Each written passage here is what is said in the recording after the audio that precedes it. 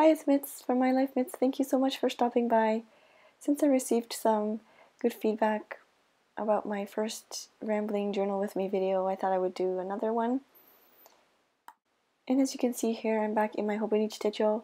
I was taking a break from it for 1 month, for the month of July, because I was participating in the One Book July challenge in my Midori Traveler's notebook. So I'm back in my Hobonichi Techo, trying my best to journal in it every day. And as you can see here, I'm using the awesome travel watercolor set from Maria, who is Palestblue, on YouTube, and of course I will link the video below where she actually talks about this travel watercolor set. And what I tend to do is I will write and journal several days without watercoloring, and then I'll kind of go back to my pages later on and fill it in with watercolor, as you can see I'm doing right now. Or sometimes I'll just do it all in one sitting. It all depends on how I'm feeling, or I don't know. It all depends on the day.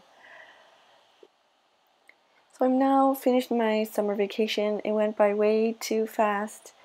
You probably feel the same way, but I feel like I need a vacation from my vacation. You come back and it's like there's so many things to do. There's so many things that I wanted to do on my vacation, but it just never happened.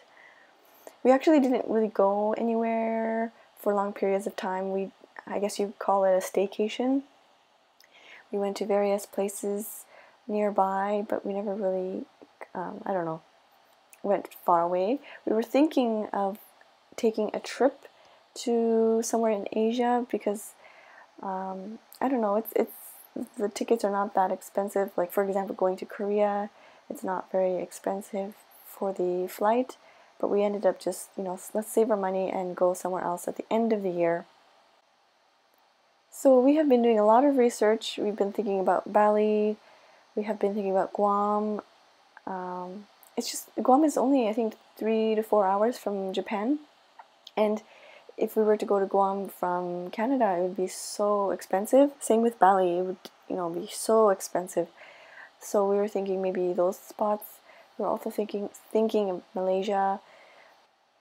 And then we also saw this place called Da Nang in Vietnam, and it looks really nice, and it was very reasonably priced, so we might go there. But then I was doing some research, and it said it could be kind of cool and windy and rainy at the end of December. So do you have any recommendations of where we could go? Have you been to Bali or Da Nang, Vietnam, or Guam, or any places, I guess, around Asia? If you have any suggestions, please leave them in the comments below. I would love to hear. We were also thinking of going back to Canada, of course, to visit my family, but the plane tickets would be quite expensive. Also, I think I'm going to regret not visiting more Asian countries because I'm living here right now. I think once I move back to Canada, I will kick myself in the butt and say, oh, I should have been to Bali. It's so expensive from North America, so.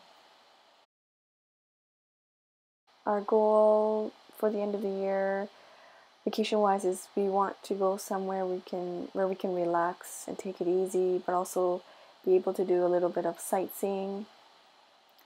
We don't mind the city, but we also want to be able to relax. I mean, Tokyo is a huge city, so I think we want to kind of stay away from that, and we want to visit like a beach where we can just sit and read a book and relax, just play in the sand and the water. So I don't know. Any suggestions? Please leave them in the comments below. So I guess my spread is finished. I will explain who these guys are in my Hobonichi Techo flip through video.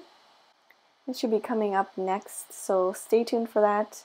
Thank you so much for sticking by episode 2, I guess, of this Rambling Journal with Me series. I hope you enjoyed. I will see you soon. Bye!